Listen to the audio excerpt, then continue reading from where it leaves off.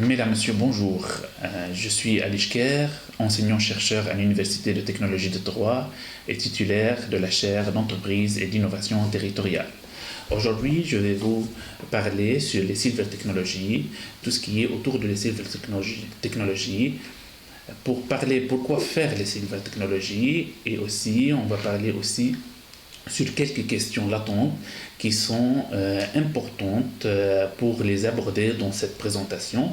Et finalement, je vais parler sur les formations continues qu'on a à l'Université de technologie de Troyes autour de la silver technology.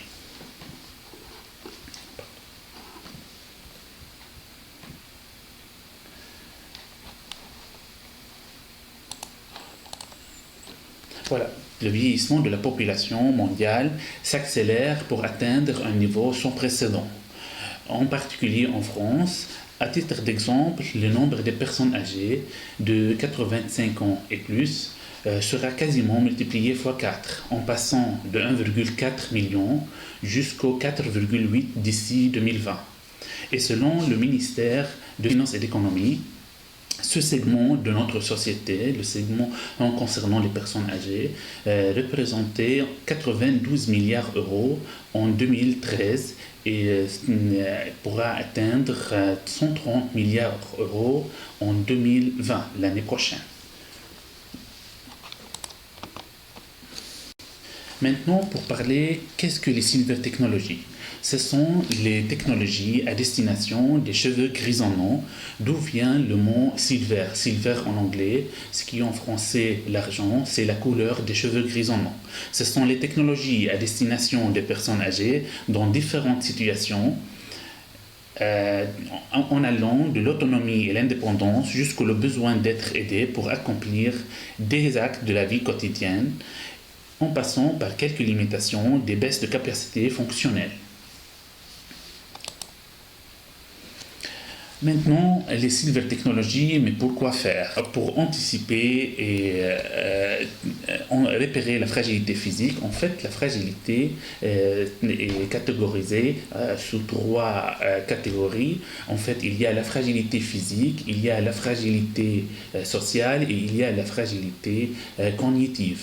Nos collègues travaillent sur la fragilité sociale et cognitive, et dans notre laboratoire, on travaille sur la fragilité physique. On prendra en compte dans la littérature le référentiel Linda Fried, qui est un ensemble de 5 indicateurs. Ce sont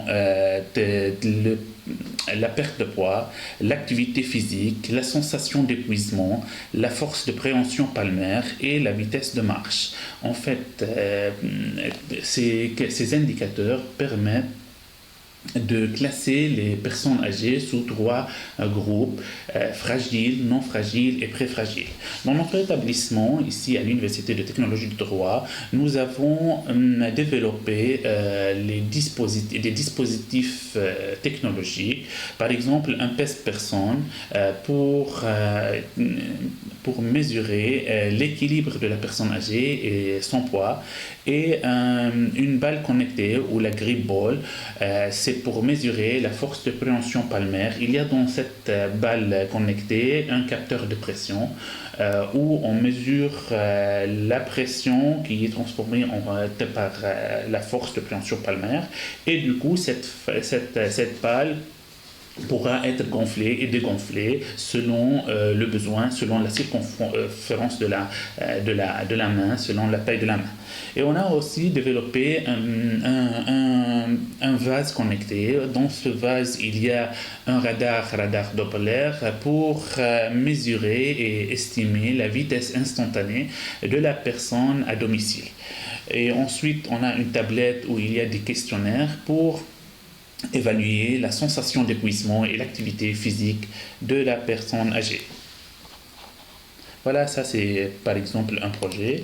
Un autre projet, c'est le projet fragilité. C'est là, c'est pour suivre la fragilité. En fait, on a engagé le projet Arpège avec des autres établissements à Toulouse et dont le but, c'est vraiment de mettre tous les dispositifs à domicile et travailler avec l'ensemble des acteurs, les aidants, les professionnels de santé, les médecins, les infirmiers, tous sont impliqués dans ce projet pour aboutir à une solution créatrice de la valeur médico-socio-économique et portant une réelle valeur d'usage.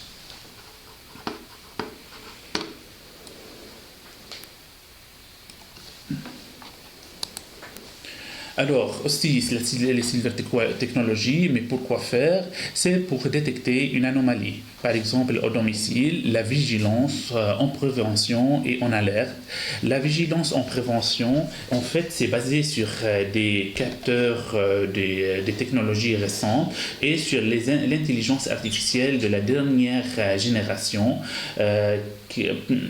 Pour apprendre les habitudes de vie de la personne âgée, pour qu'on puisse déduire dans la suite des incohérences ou un changement par rapport à l'état initial de la personne qui peuvent potentiellement révéler l'apparition par exemple d'une anomalie, par exemple l'apparition d'une phase de fragilisation, un risque d'une chute, des choses comme ça. Voilà, en utilisant par exemple des capteurs de détection de mouvement, le sol intelligent, des capteurs portés pour l'activité et la localisation, des capteurs de ce genre. Et pour la vigilance en alerte par la détection de situations dangereuses, en fait, c'est là où on utilise par exemple les médaillons. On travaille avec des entreprises dans le domaine de Silver Technology pour faire la téléassistance. On utilise par exemple des caméras sans images, des robots compagnons pour tout ce qui concerne le déclenchement d'une alarme pour la détection de situations dangereuses.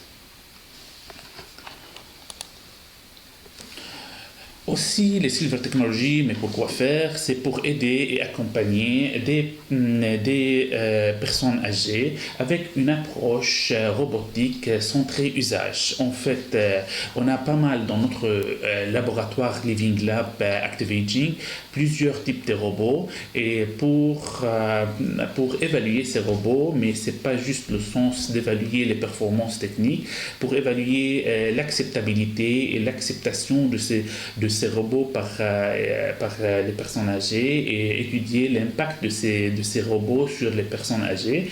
Par exemple, on avait un robot dans un projet européen, c'est le robot Clark. C'est un assistant du gériatre pour l'accueil et la réalisation des tests simples. Par exemple, il pourra recevoir le patient et sa famille. Par exemple, il pourra faire remplir les questionnaires, même pratiquer des petits tests d'évaluation gériatrique standardisés. Par exemple, de se lever d'une chaise, marcher, puis retourner, s'asseoir sur une chaise. Voilà, c'était ce type de robot. On a dans notre laboratoire. Voilà, maintenant pour parler un petit peu, car il y a pas mal de projets, mais je ne veux pas parler beaucoup sur les projets. Je vais aborder les sujets sur des questions qui est importante. C'est par exemple la question de l'évaluation qui consiste à la garantie d'une démarche éthique, en fait, en tenant compte de la réglementation européenne qui est entrée en vigueur en mai dernier pour protéger les données personnelles, les données médicales, tout ce qui concerne la protection contre le piratage, contre les intrusions informatiques. Cette question nécessite beaucoup de travail, car pour mettre en place un protocole expérimental, même élémentaire, nécessite d'avoir un promoteur, un investigateur et l'accord des instances. Et du coup, de déposer un dossier au comité de protection au CPP, à la CNIL, à la ANSM. Voilà, il y a beaucoup de travail sur la question réglementaire dans le cadre de la cybertechnologie. Aussi, en ce qui concerne la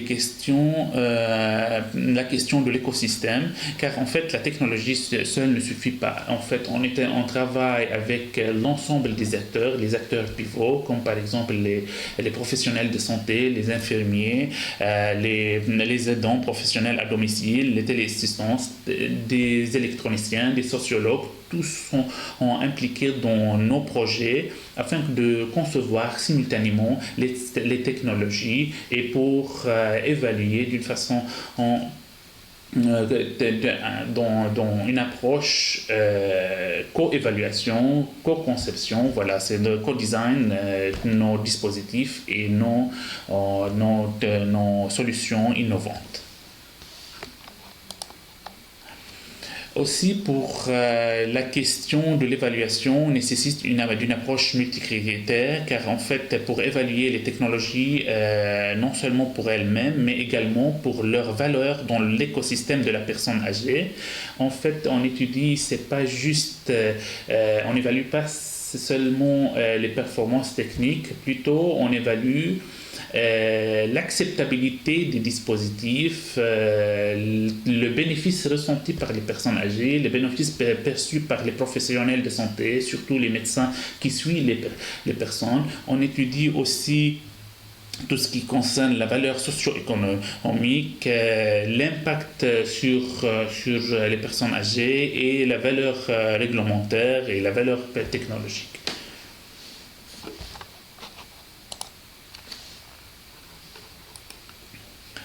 Aussi, il y a une question très importante, c'est en passant de l'acceptabilité vers l'acceptation. En fait, l'acceptabilité est évaluée au moment de la conception du produit. Elle est très liée aux bénéfices directs fournis et jugés par son impact sur l'environnement médico-social de la personne.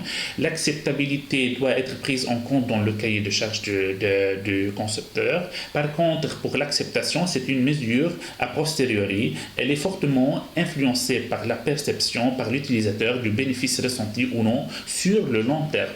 Par exemple, on a des exemples très concrets dans nos démarches, dans nos études. Par exemple, l'exemple de la caméra, sans image hors levé du doute.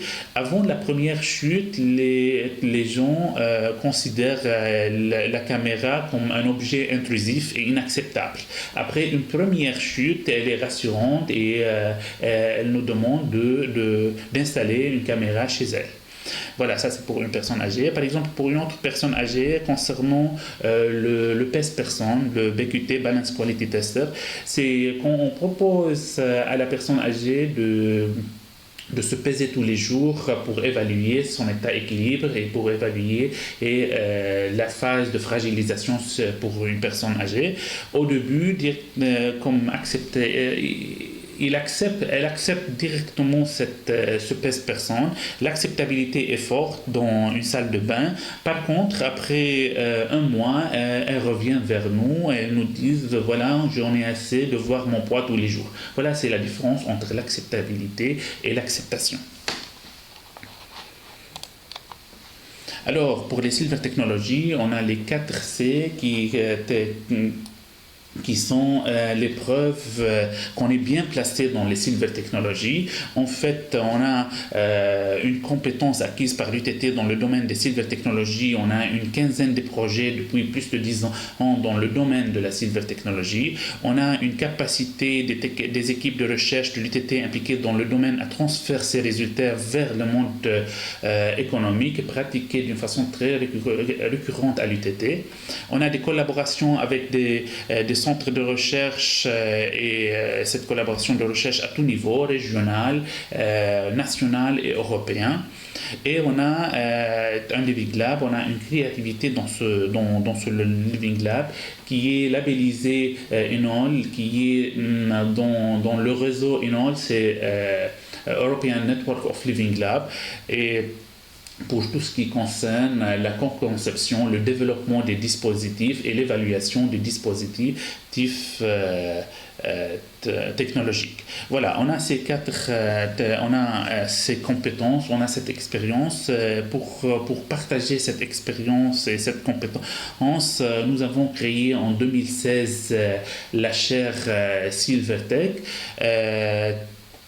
Voilà, on va parler un petit peu, un mot sur la chaire Silvertech. En fait, l'origine du mot chaire du latin c'est cathédra et c'est dérivé de edra, ce qui signifie c'est le siège d'un évêque dans son église. Il y a deux type d'une chaire. Il y a la chaire universitaire et la chaire d'entreprise. La chaire universitaire, c'est un lieu important de la transmission du savoir académique. C'était la première chaire, c'est la chaire Marie Curie en 1908. Par contre, la chaire d'entreprise, c'est une chaire c'est une chaire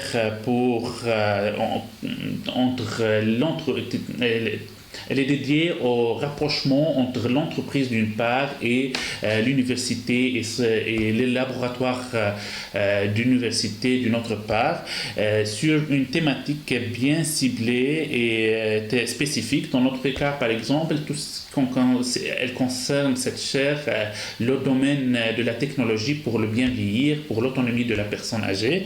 On travaille avec les entreprises autour des activités de recherche, autour des activités d'enseignement et pour réaliser aussi des valorisations et de transfert de la technologie. Cette chaire le modèle économique de cette chaire repose sur un modèle partenariat public et privé, car c'est sur le fond de notre université et sur le fond venant de la région et de fonds européens FEDER, et privé aussi car on a des mécènes dans cette chaire. Ces mécènes nous financent tous les ans pour développer ensemble et simultanément des technologies, des dispositifs technologiques, même surtout aussi pour les formations continues. Il nous soutient.